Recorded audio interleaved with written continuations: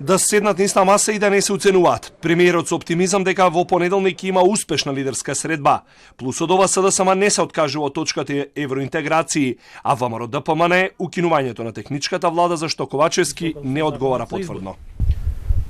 Веќе од она што може да се види во јавноста преку изјавите на политичките партии, не постои консензуално расположение за нејзино укинување сега на краток период пред одржувањето на изборите, меѓутоа секако дека постои расположение да биде укината со важност од следните избори.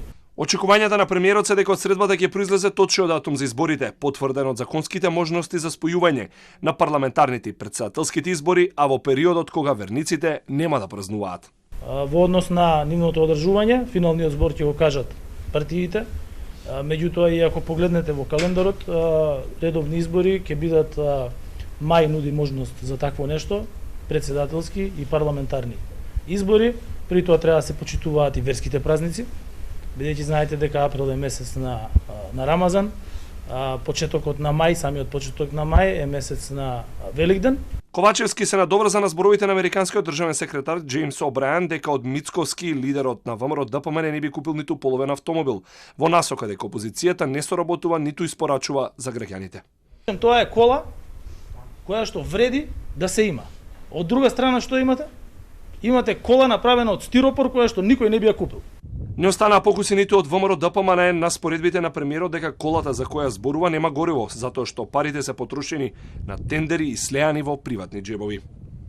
Тоа што Ковачевски не се откажува од техничката влада значи дека Демократската унија за интеграција му забрани да се откаже од идејата оваа техничка влада да има премиер од криминализираната ДУИ и е потврда дека всушност и со оваа влада управува ДУИ со подизведувач СДС. Наредната изјава барем Ковачевски да трепне два пати како сигнал дека не е киднапиран од ДУИ.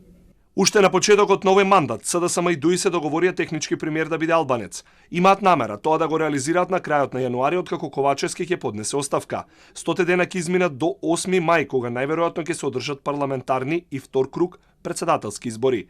Според написите на медиумот 360 степени, неофицијално се споменува името на спикерот Ала Џафери за технички премиер, а координаторот на пратеничката група на СДСМ Јован Митревски да биде избран за претседател на собранието во тој период.